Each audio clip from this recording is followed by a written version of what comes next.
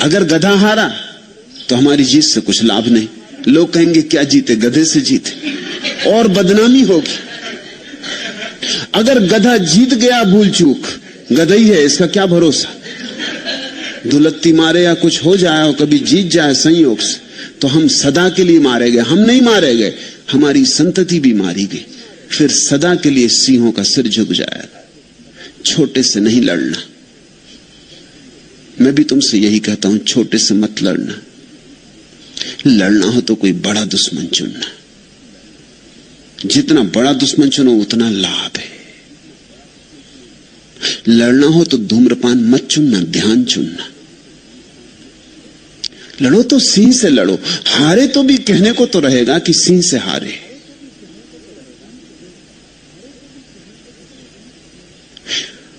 जीते तब तो कहना ही क्या, दोनों हाथ लड्डू होंगे। छोटे से मत लड़ना। आचार्य तुलसी ने मुझे एक दफा निमंत्रित किया था उनके एक सम्मेलन में। मैंने उनसे कहा कि नहीं, अनुव्रत शब्द मुझे नहीं जमता। छोटी छोटी बातों में मैं आदमी को नहीं उलझाना चाहता। छोटी छोटी बातों में उलझ के आदमी मरा है। कुछ महाव्रत की बात हो, और ये बड़े मजे की बात है कि छोटे से आदमी अक्सर हार जाता और बड़े से जीत जाता। ये गणित बड़ा बेबूझ है, इसके पीछे बड़ा मनोविज्ञान है। छोटे से आदमी क्यों हार जाता? पहली तो बात ये, जो छोटे से लड़ने चला है उसने अपने को बहुत छोटा मान ही लिया, उसका भरोसा ही बहुत छोटे का हो गया। जो आदमी सिगरेट से लड़ने चला है या पान से लड़ने चला है या इसी तरह की छोटी मोटी बातों से लड़ने चला है, उसने अपनी क्षुद्रता स्वीकार कर ली। इसी स्वीकार में हार है।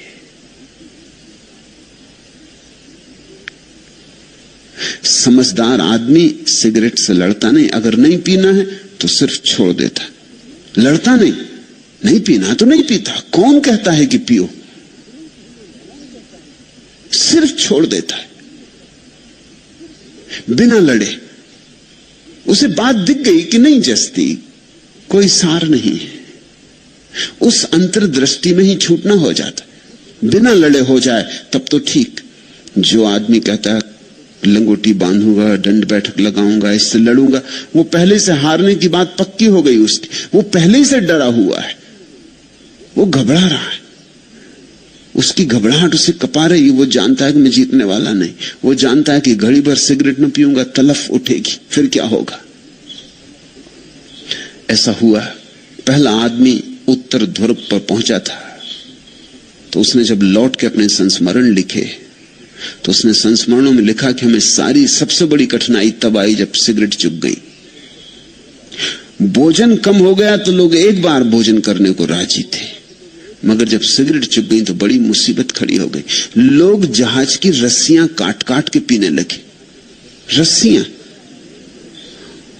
और जो उनका प्रमुख था वो तो बहुत घबराया। उसने कहा रस्सियां तुम पी गए तो ये जहाज चलेगा कैसे, वापस हम कैसे पहुंचेंगे।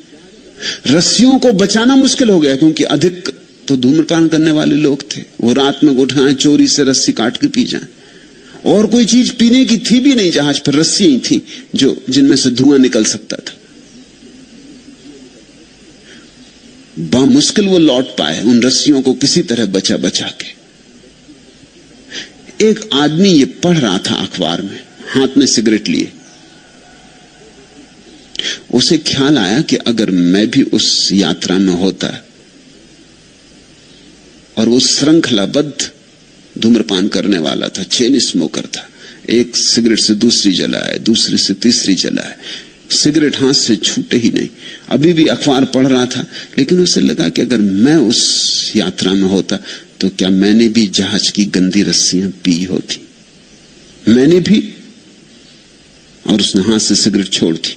उसने कहा मैं देखूंगा जब इतनी तलफ मुझ में उठे कि मैं जहाज की सड़ी गली रस्सियां को धूम्रपान कर जाऊं, तभी सिगरेट हाथ में उठाऊंगा। 30 साल बीत गए, उसने सिगरेट हाथ में नहीं उठाई। ये बिना लड़े छोड़ना है। ये सिर्फ एक बात दिखाई पड़ गई कि तो हद मूढ़ता की बात है, मगर ये क्या मेरी भी दशा यही होगी?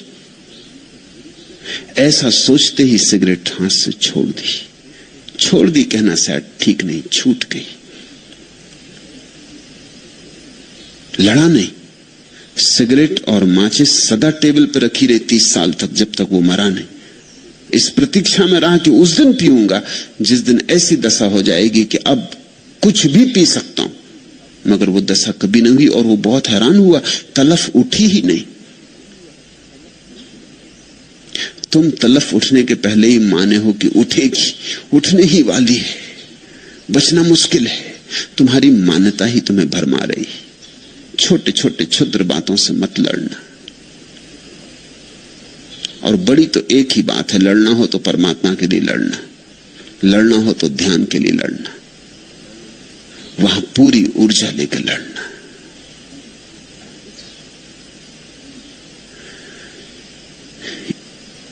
इस विराट की लड़ाई में तुम अकेले भी नहीं रहोगे। इस विराट की लड़ाई में जो भी उसको उपलब्ध हो गए, सबके आशीष तुम्हें उपलब्ध होंगे। आशीष लेकर लड़ना। क्यों आशीष लेकर लड़ना? ताकि तुम्हारे साथ बुद्ध की ऊर्जा जुड़ जाए, किसी जिन की ऊर्जा जुड़ जाए, किसी संत की ऊर्जा जुड़ जाए। किसी संत का भाग्य अपने साथ जोड़ लेना, यह आशीष का अर्थ है। जब किसी संत का भाग्य अपने भाग्य से जोड़ा जा सकता हो तो ना समझ है जो ना जोड़े।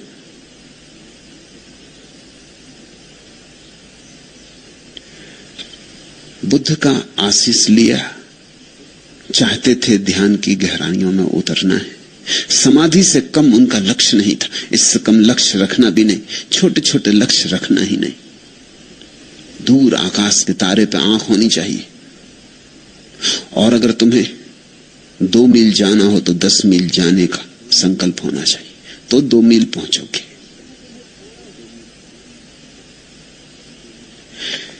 जितना तुम्हें पाना हो उससे बड़ा संकल्प रखना। अक्सर लोग उल्टा कर लेते, जाना तो चाहते हैं सूरज तक, संकल्प बड़ा छोटा सा होता है, दिए तक पहुंचने का भी नहीं होता। फिर सूरज तक कैसे पहुंचोगे? संकल्प तो आत्यंतिक होना चाहिए। जिन लोगों ने धन को चुना है संकल्प की तरह, उन्होंने बड़े क्षुद्र को चुन लिया। जिन्होंने ध्यान को चुना है उन्होंने ही ठीक चुना। चुनौती बड़ी चाहिए ताकि तुम्हारे भीतर सोई हुई शक्तियां जाग जाएं। इसलिए क्षुद्र के साथ लड़ाई में हार हो जाती, क्योंकि क्षुद्र के चुनौती में तुम्हारे भीतर सोई हुई शक्तियां जागती ही नहीं। शक्तियां जागती तभी हैं जब उनके सामने खतरा खड़ा हो जाए। बड़ी चुनौती दो। जितनी बड़ी चुनौती होगी उतना ही विराट तुम अपने भीतर जागते हुए पाओगे। चुनौती का सामना करना है, चुनौती से जूझना है। तुमने कभी ख्याल किया,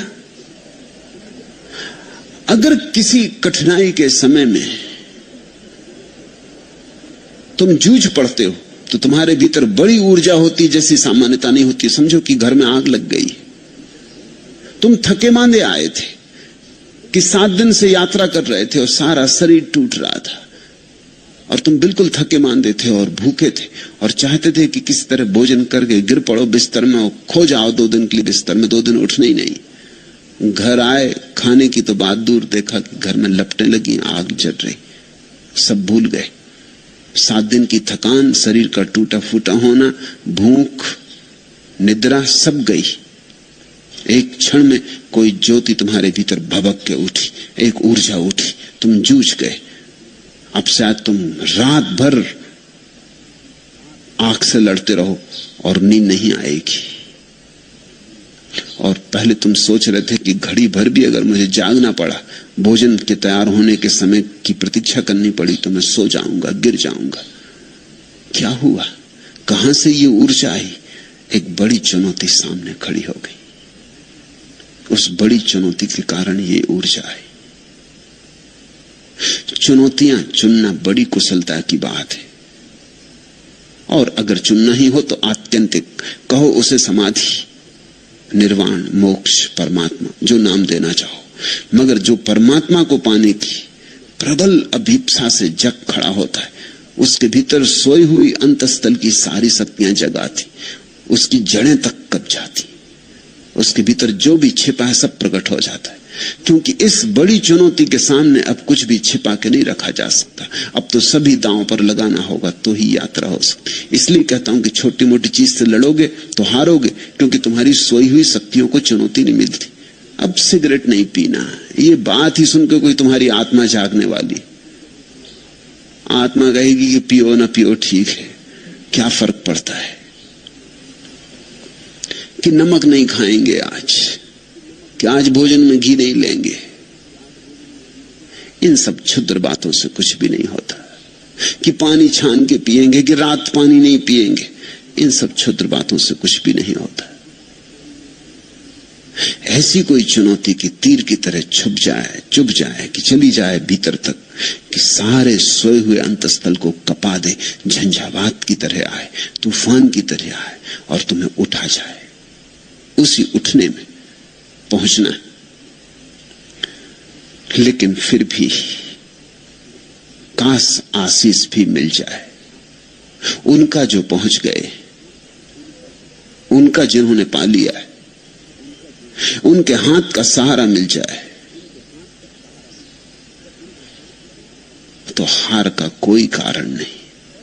अक्सर तुम हारते हो क्योंकि क्षुद्र से लड़ते, पहली बात, और कभी कभी विराट की आकांक्षा से भी भरते हो, लेकिन तुम्हारे पास आशीष की संपदा नहीं होती, तुम अकेले पड़ जाते। दूर किनारा, विराट तो बहुत दूर है, पता नहीं कहां है किनारा। ये किनारा तो हमें पता है, दूसरा किनारा वो दिखाई भी नहीं पड़ता। सागर का दूसरा किनारा, उसकी यात्रा पर चलते हो घबराहट होती, ये किनारा छोड़ने में घबराहट होती। इसलिए तो जब तुम ध्यान करने बैठते हो तो विचार का किनारा नहीं छूटता, मन पकड़ लेता है। वो कि मन कहता है कि जो परिचित है उसको मत छोड़ो, जिसमें परिचय है उसमें सुरक्षा है, ये जाना माना है, पहचाना है, अपना है, यहां रहे हैं जन्मों जन्मों से। तुम कहां जाते, किस किनारे की तलाश करते हो? कहीं भटक ना जाओ, कहीं सागर में डूब ना जाओ, कहीं ऐसा ना हो कि ये किनारा भी हाथ से जाए और दूसरा भी ना मिले। दूसरा है इसका पक्का क्या है? किसने तुमसे कहा कि दूसरा किनारा है? तुमने तो नहीं जाना।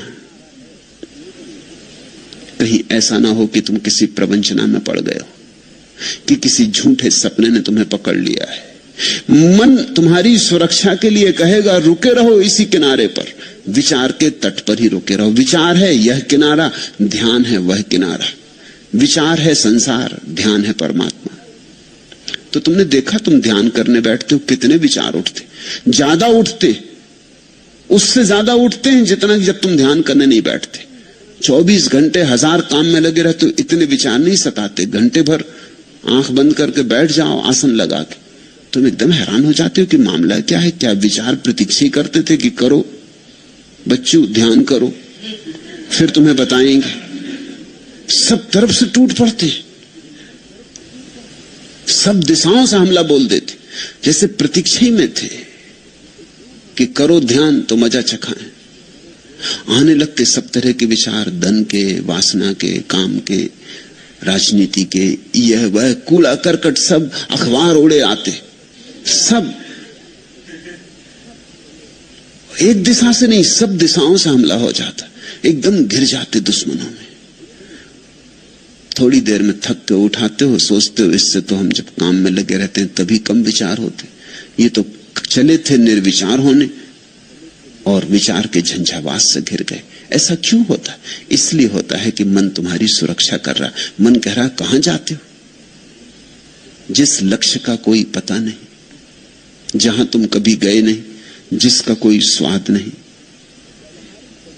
किस मृग मरीचिका के पीछे जा रहे हो? व्यवहारिक बनो, जो जाना माना है, परखा है, उसी को पकड़े रहो। इसलिए आशीष की जरूरत है। आशीष का अर्थ है हम तो इस किनारे हैं, उस किनारे से कोई पुकार देते। आशीष का अर्थ है हम तो इस किनारे खड़े हैं, कोई उस किनारे से कह दे कि घबराओ मत, मैं पहुंच गया हूं, आओ। और जैसे तुम डर रहे हो मैं भी डरता था। डरो मत, पहुंचना होता है, देखो मैं पहुंच गया हूं। बुद्धों का सत्संग खोजने का और क्या अर्थ होता है? यही कि किसी ऐसे आदमी के पास होना जो अनुभव से कह सके कि पहुंच गया हूं। शास्त्रों से नहीं, अनुभव से, जो गवाह हो, जो साक्षी हो, जो ये ना कहे कि मैं परमात्मा को मानता हूं, जो कहे मैं जानता हूं। जो इतना ही ना कहे जानता हूं, बल्कि कहे कि मैं हूं।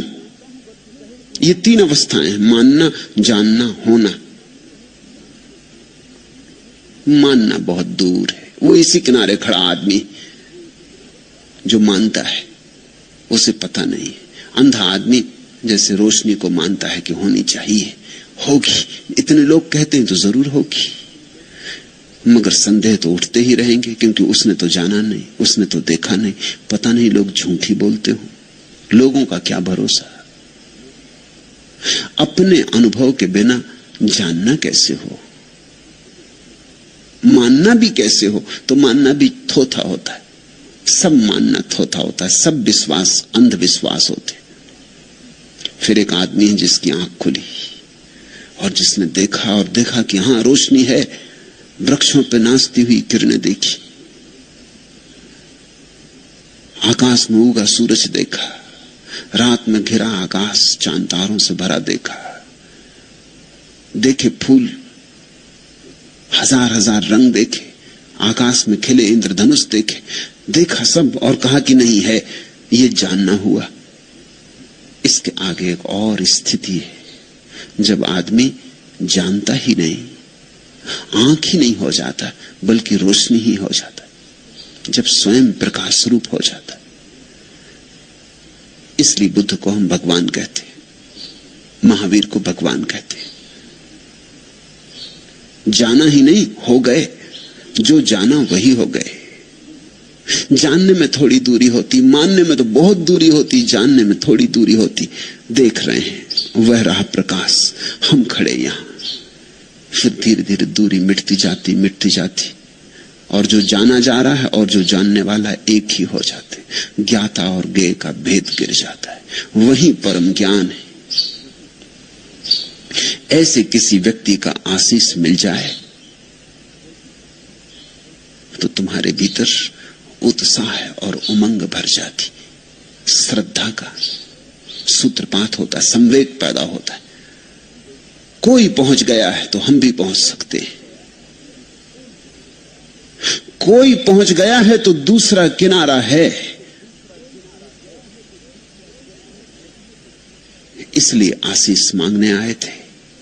बुद्ध जिस कुटी में रहते थे उसका नाम था गंध कुटी। बुद्ध की सुगंध के कारण एक सुवास है आत्मा की, जैसे फूल जब खिलते हैं तो एक सुवास होती, कागज के फूलों में नहीं होती। कागज के फूल कभी खिलते ही नहीं। असली फूलों में होती सुवास, साधारण आदमी में सुवास नहीं होती।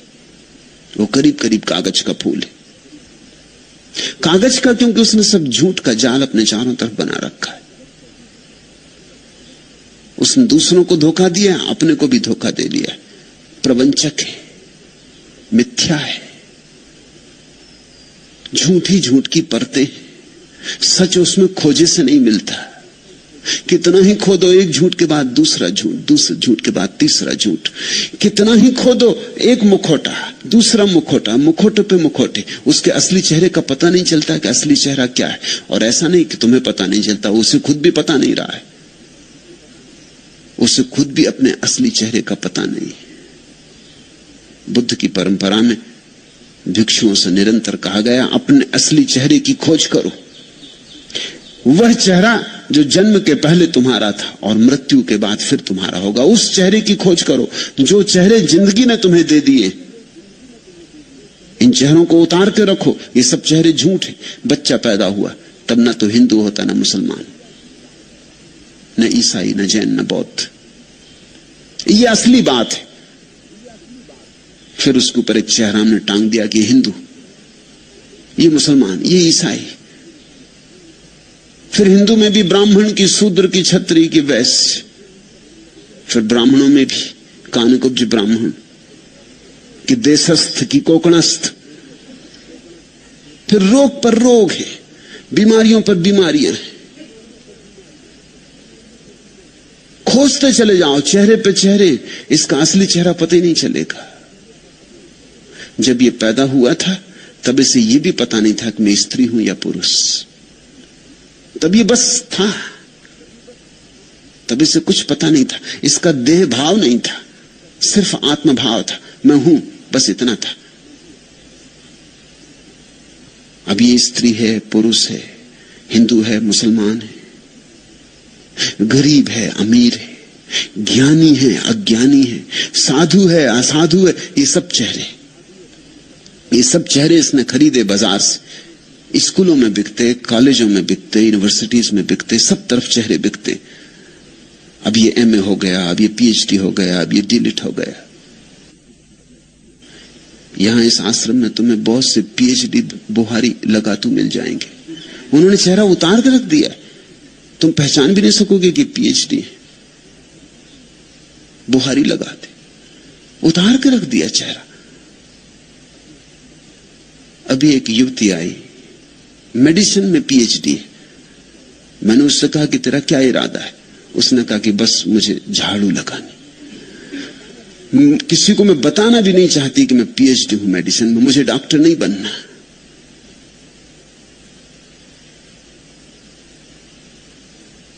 तो मैंने कहा कि हमें एक अस्पताल की तो जरूरत है ही, सन्यासी बीमार पड़ते।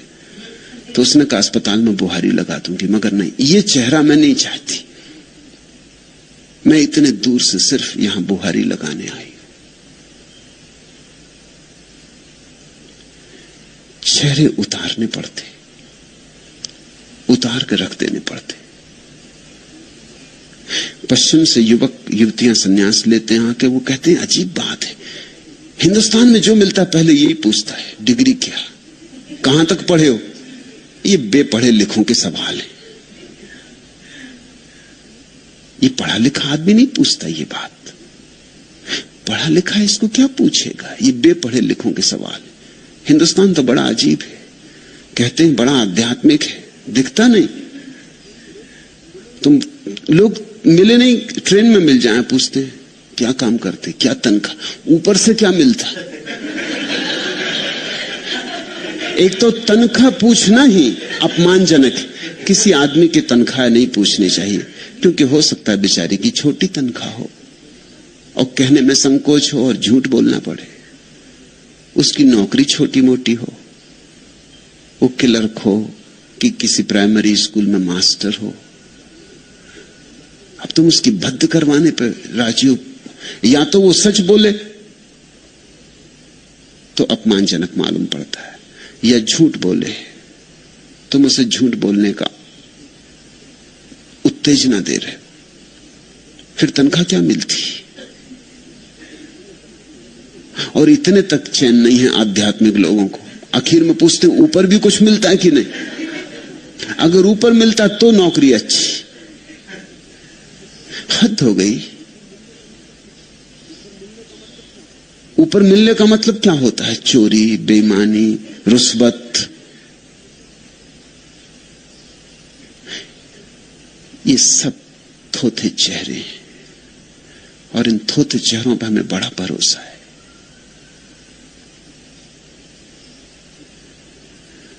इसलिए तुम्हारी जिंदगी में सुवास नहीं,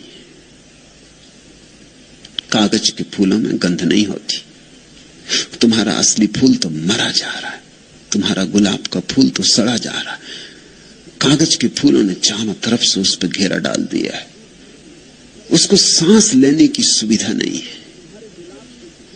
तुम्हारे गुलाब के फूल को अवसर नहीं है कि वो सांस ले ले, कि रोशनी में उठ जाए, कि पखरियां खोल दे। जगह नहीं है, अवकाश नहीं, सब स्थान कागज के फूलों ने भर दिया है। बुद्ध में गंध होती, क्योंकि बुद्ध के सब कागज फूल गिरा दिए गए, जला दिए गए। बुद्ध का अर्थ होता है जिसने अपने असली चेहरे को पा लिया। अब जो फिर वैसा हो गया जैसा निर्दोष बच्चा होता है, पहले दिन का बच्चा होता है, सिर्फ है, न कोई परिभाषा, न कोई सीमा, असीम हो गया। फिर इस सरलता में सुगंध है, सुवास है। सरलता के अतिरिक्त और कहीं सुवास नहीं, इस सहजता में सुगंध है। इसलिए बुद्ध की कुटी का नाम था गंध कुटी। वहां फूल खिला था, मनुष्यता का फूल। याद रखना, तुम भी फूल हो, चाहे अभी कली में दबे हो, या हो सकता है अभी कली भी पैदा ना हुई, अभी वृक्षों की किसी शाखा में दबे हो, या हो सकता है अभी वृक्ष भी पैदा ना हुआ हो, किसी बीज में पड़े हो, मगर तुम भी फूल हो। और अपनी सुगंध को खोजना है, और अपनी सुगंध को मुखर करना है, अपनी सुगंध को प्रकट करना है, अभिव्यंजना देनी। जो गीत तुम्हारे भीतर पड़ा है उसे गाया जाना है, और जो नाच तुम्हारे भीतर पड़ा है उसे नाचा जाना है। नाचोगे, गाओगे, खिलोगे तो ही परितृप्ति है। उस परितृप्ति में ही, उस संतोष में ही एक सुगंध है जो इन नासापुटों से नहीं पहचानी जाती। उसे पहचानने के लिए भी और नासापुट चाहिए। जैसे भीतर की आंख होती है, ऐसे भीतर के नासापुट भी होते। जरूरी नहीं कि तुम बुद्ध के पास जाओ तो तुम्हें सुगंध मिले। तुम अगर अपनी दुर्गंध से बहुत भरे हो तो शायद तुम्हें बुद्ध की सुगंध का पता भी ना चले। तुम अगर अपने शोरगुल से बहुत भरे हो तो तुम्हें बुद्ध का शून्य और संगीत उस शून्य का कैसे सुनाई पड़ेगा।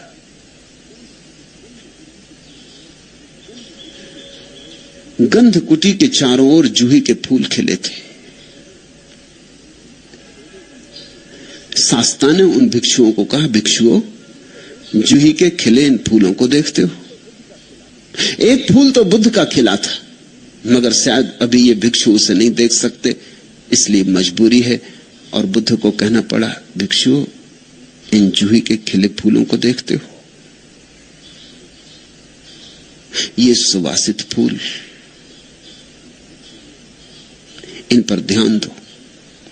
इन फूलों में कई राज छिपे हैं। एक तो कि ऐसे ही फूल तुम हो सकते हो, ऐसी ही सुवास तुम्हारी हो सकती है। दूसरा, ये फूल सुबह खिलते हैं, सांझ मुरझा जाते।